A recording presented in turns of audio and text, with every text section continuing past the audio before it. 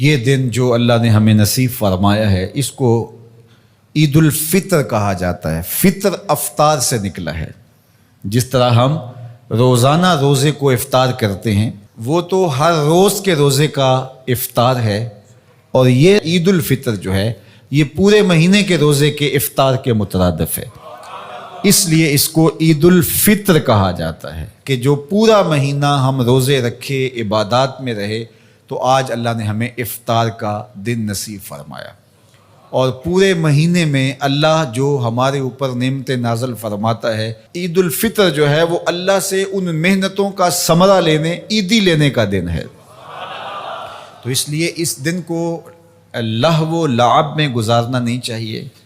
یہ بازاروں کے لیے عید نہیں ہے، یہ عید آوارگی کے لیے نہیں ہے، یہ عید اس لیے نہیں ہے کہ جو ہم نے پابندیاں پورے مہینے میں جو رکھیں تو ان ساری پابندیوں کو اب توڑ دیں۔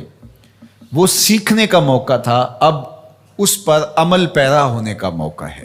ہمارے رب نے ہماری آزمائش کی، ہماری پرکھ کی کہ میرے بندے ایک مہینہ رکنے کے بعد اب کیا ان کا مزاج پیدا ہوا ہے کہ وہ واقعہ ہی میرے احکام پہ عمل پیرا ہو جائیں۔ میں نے کہا کھانا نہیں ہے تو مرغن غذا موجود تھی، پاکیزہ طاہر غذا موجود تھی، انہوں نے نہیں کھایا۔ میں نے کہا پینا نہیں ہے، انہوں نے ٹھنڈا میٹھا مشروب دستیاب ہونے کے باوجود چاہے آب زمزم بھی ہو تو انہوں نے ایک گھونٹ نہیں لیا، میرے حکم کی تعمیل کی۔ تو ایک مہینے تک میں نے حلال کاموں سے بھی ان کو روک کے رکھا۔ تو میں دیکھنا چاہتا ہوں کہ اب میرے کہنے پہ حرام سے رکتے ہیں یا نہیں رکتے ہیں۔ تو اللہ چاہتا ہے کہ یہ میرے بندے اب اس عمل کو اپنے اوپر یوں ہی طاری کر لیں۔ لیکن اگر ہم نہیں کرتے، جہاں تھے پھر وہیں کھڑے ہو گئے، تو اللہ تعالیٰ نے فرمایا کہ اس عورت کی طرح نہ ہو جانا جو اپنے سارے دن کا کاتا ہوا سوت شام کو ٹکڑے ٹکڑے کر دیتی۔ وہ ایک خاتون تھی، وہ سارا دن سوت کاٹتی رہتی اور شام کو اپنے ہاتھ سے کاتا ہوا سوت ٹکڑے ٹکڑے کر کے ریزہ ریزہ کر دیتی اور اپنی ساری دن کی کمائی یوں برباد کر دیتی۔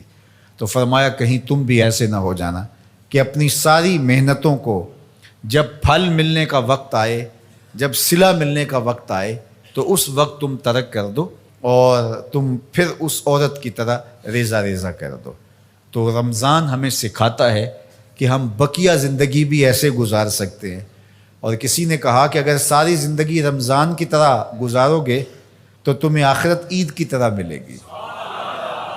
تو اس لیے اپنی زندگی کو رمضان کی طرح بسر کرو۔ حضرت داتا گنج بخش علی حجویری علیہ رحمہ اپنے شیخ ابو الفضل الختلی سے روایت کرتے ہیں، فرماتے ہیں کہ الدنیا یومن ولنا فیہا صومن، دنیا ایک دن کے برابر ہے اور ہم روزہ رکھ کے گزار رہے ہیں۔ دنیا کو اگر آخرت کے مقابلے میں رکھیں تو دنیا کے پلے بچتا بھی کیا ہے، تو گزر جائے گی۔ ہم افطار وہاں جا کے کریں گے، یہاں افطار نہیں کرنے آئے، یہاں روزہ رکھنے آئے۔ تو یہ مختصر زندگی اللہ کی یاد میں، اس کے ذکر میں، اس کی محبت میں، اس کے پیار میں بسر کیجئے۔ روزے کے مقصد کو سمجھیے گا۔ یہ نہیں ہے کہ رمضان المبارک گزر گیا تو اب ہم اپنی پرانی روٹین پہ آ جائیں گے، نہیں، بلکہ ہماری اب روٹین بہتر ہو جانی چاہیے۔